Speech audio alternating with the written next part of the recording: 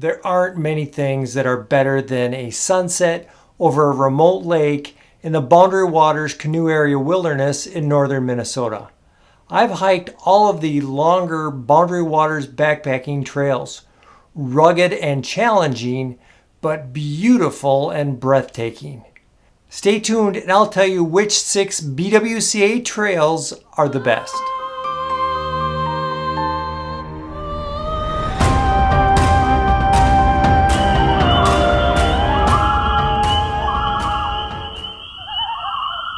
The Boundary Waters Canoe Area Wilderness is over 1 million acres in the Superior National Forest in northern Minnesota that is administered by the U.S. Park Service. It was established in 1964 and extends 150 miles along the Canadian border. It is bordered to the west by Voyageurs National Forest. Formed by glaciers, this forest area has rugged cliffs, rocky shores, and thousands of lakes and streams. It contains 1,200 miles of canoe routes, 12 hiking trails, and more than 2,000 designated campsites. If you're going to be going on an overnight trip, you need to get a permit. May through September, you need to get that permit ahead of time, and most people do that online. And there is a cost for that. When it comes time for your trip, you need to go to a permitting station to pick up that permit before hiking into the Boundary Waters. Now, October through April, there is no cost for the permit, and you can fill out your own permit at any entry station. Group sizes are limited to 9 people and 4 watercraft. When you go to the Park Service website at recreation.gov to acquire your permit, you will select overnight hike as your permit type and enter the date that you will be entering into the Boundary Waters. You will see all of the trails and the available permits on your dates on those trails. It also shows the district within the BWCA where you need to pick up your permit.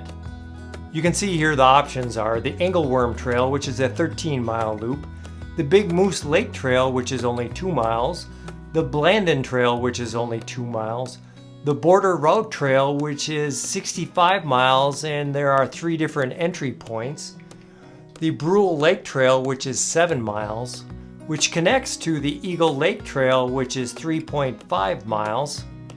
There's the Harriman Lake Trail, which is 15 miles over several loops, the Keemak Trail, which is 39 miles, the Snowbank Trail Loop, which is 25 to 27 miles in a loop, the Norway Trail, which is 8 miles, the Partridge Lake Trail, which is 4 miles, the Powwow Trail, which is a 30-mile loop, and the Sioux Hustler Trail, which is a 31-mile loop.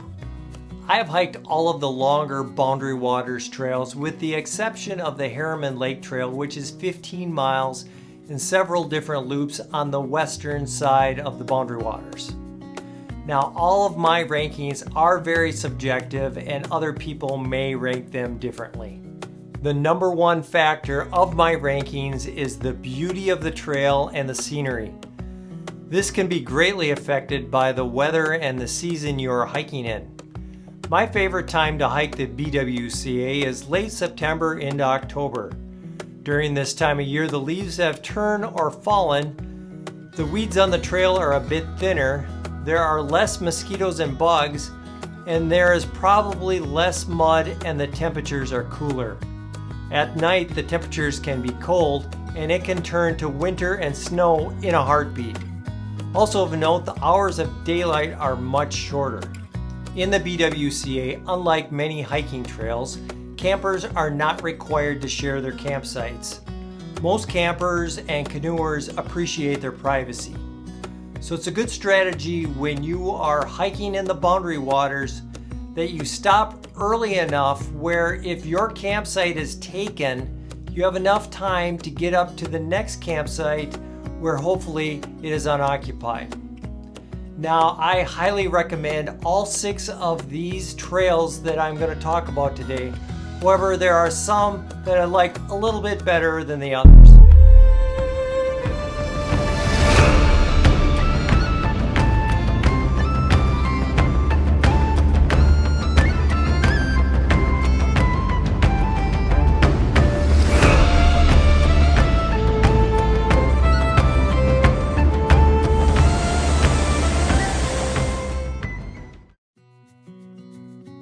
The Sioux Hustler Trail is located in the LaCroix district on the western side of the BWCA. The trail starts at entry point 15. You hike 5 miles in to a 21-mile loop and hike back out the 5 miles, so a total of 31 miles. I have hiked this trail twice. It is relatively flat. The trail offers beautiful campsites and many different lakes. The majority of the trail does not allow viewing of the lakes. To see the lakes, you need to make short hikes into the campsites. The trail has plenty of signs of moose, bear, deer, and wolves. This trail has a lot of beaver dams that are beautiful, but can be a little tricky.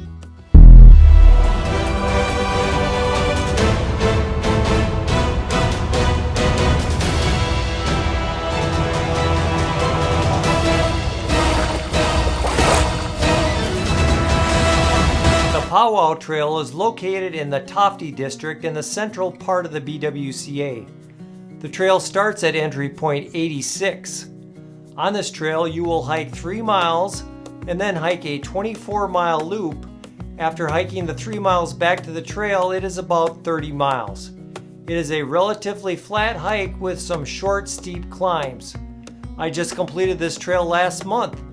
95% of the Powwow Trail burned in the Pagami Creek fire in 2011. After 12 years, much of the trail is still recuperating from the fire. Small to medium-sized trees are growing again, but there are still some 12-year-old dead standing trees remaining.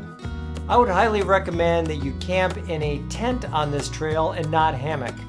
The Boundary Waters Advisory Committee has committed to maintaining this trail for the last 8 years.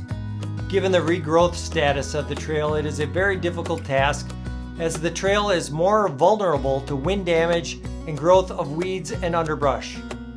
The southern and eastern portions of the trail aren't real scenic, but the western and northern portions of the trail are spectacular. Those portions and their rocks and cliffs are also the most difficult to hike. If you are up to the challenge, the Powwow Trail is worth it.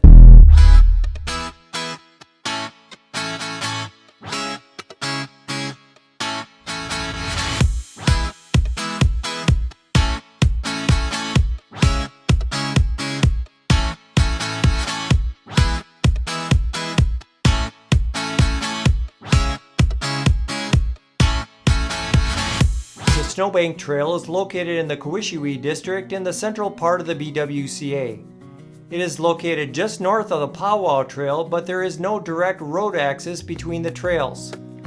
The trail starts at entry point 74. This is a 25-mile loop trail around Snowbank Lake. There are a couple of different trail options on the west side that offer different distances. This trail is a little more climbing than the first two trails, but offers breathtaking views from the top of those climbs. The trail also takes you along lake level with many good campsite options. This trail has a lot of moose, bear, deer, and wolf scat, displaying that you are not alone.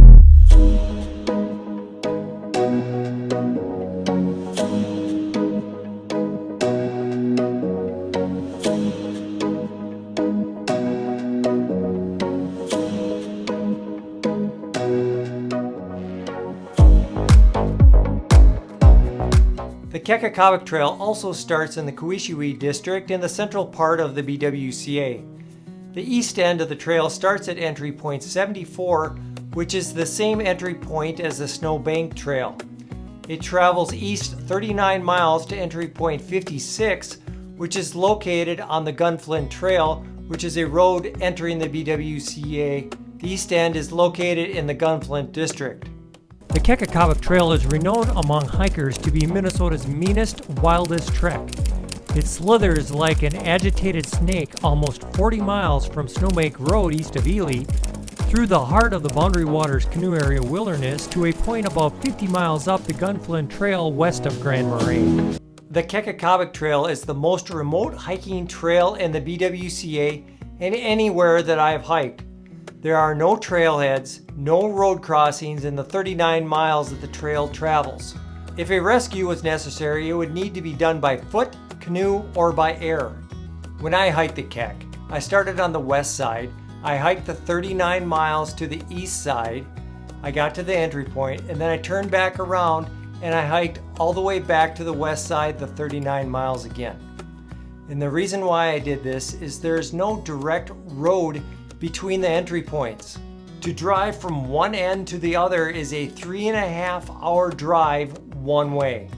I thought a yo-yo hike would be better than the time, logistics, and potential cost of getting a shuttle all the way from one end to the other. The Keck offers some incredible lake views both from the hilltops and the shorelines, and it has the iconic BWCA lakeside campsites. The remoteness was also an attraction for me.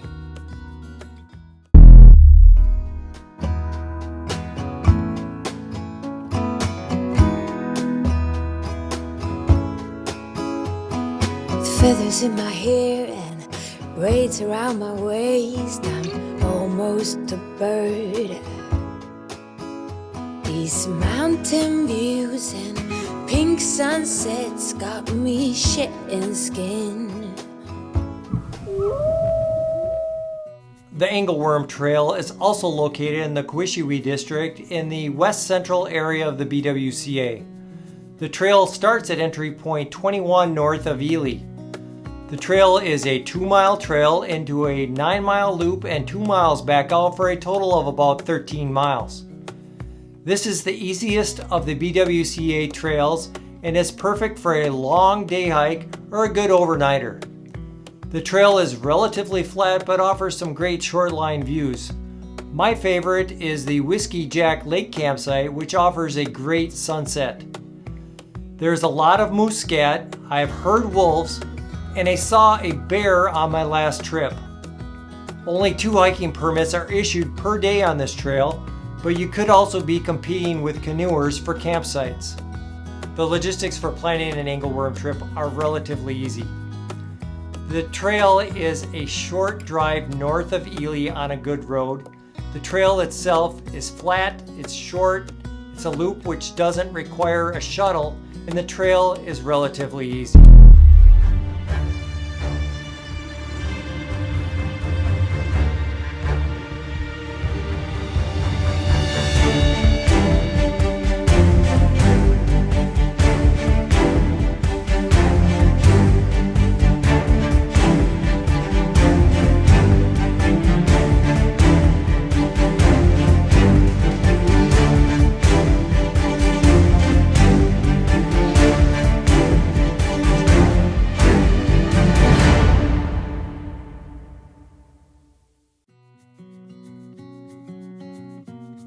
The Border Route Trail is located in the Gunflint district on the east side of the BWCA. The west side of the trail starts at entry point 56 off of the Gunflint Trail, a major road leading into the BWCA from Grand Marais. The west end of the Border Route Trail lies between the Keemak Trail to the west and the Superior Hiking Trail to the east. For an epic 414-mile adventure, one could start on the Keemak Trail and continue through the Border Route Trail and onto the Superior Hiking Trail. Still very challenging, but not the 414 miles of the Border Route Trail. It is still going to be a test at 65 miles with numerous scenic overlooks from hilltops and along the lakes that run adjacent to the Canadian border. This trail has more hills than some of the other trails, and the views are spectacular from multiple overlooks that have you looking over many lakes and rivers into Canada. This trail can get thick in the middle of summer and has some wet areas, but the struggle is rewarded with spectacular views. Shuttling between the trailheads can take a couple of hours, but is manageable with Grand Marais in the middle. We hiked this trail in the fall and the colors were breathtaking. In U.S. forests designated wilderness areas like the Boundary Waters Canoe area, there are no motors. That means no cars, no trucks, no motorized boats, no chainsaws or other mechanical equipment for clearing the trail in most areas. There are some exceptions to that. The Forest Service will come in with their chainsaws after a big storm with the huge trees. Of course, they can come in with their planes if there needs to be a rescue. But most of the trail is maintained with non-motorized hand tools, and most often that is done by volunteer crews. The trails in the wilderness areas do not have signs or blazes. This is done in an effort to try to keep the area more natural.